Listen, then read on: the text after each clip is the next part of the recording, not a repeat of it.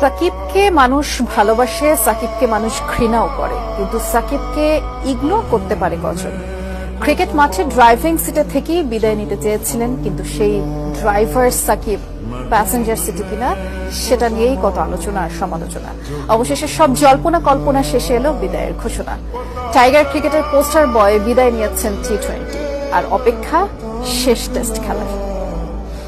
যদি সুযোগ থাকে, আমি যদি দেশে যেয়ে খেলতে পারি, মিরপুর টেস্ট হবে আমার জন্য লাস্ট। প্রেম ধীরে মুছে যায়, নক্ষত্রেরও একদিন মরে যেতে হয়। দুনিয়ায় কোনো কিছুই চিরস্থায়ী না, সবারই ছাড়তে হয় কখনো না কখনো। দেশের ক্রিকেটের নক্ষত্র সাকিব আল হাসানের ব্যতিক্রম নন। ছল ছল চোখেই সাকিবের মুখে উচ্চারিত হলো বিদায়। ড্রাইভার হিসেবেই থাকতে চেয়েছিলেন, কিন্তু শেষ একটা বছরের ড্রাইভার তো ননই। এক সময়ের বিশ্বসেরা অলরাউন্ডারকে প্রফিটেবল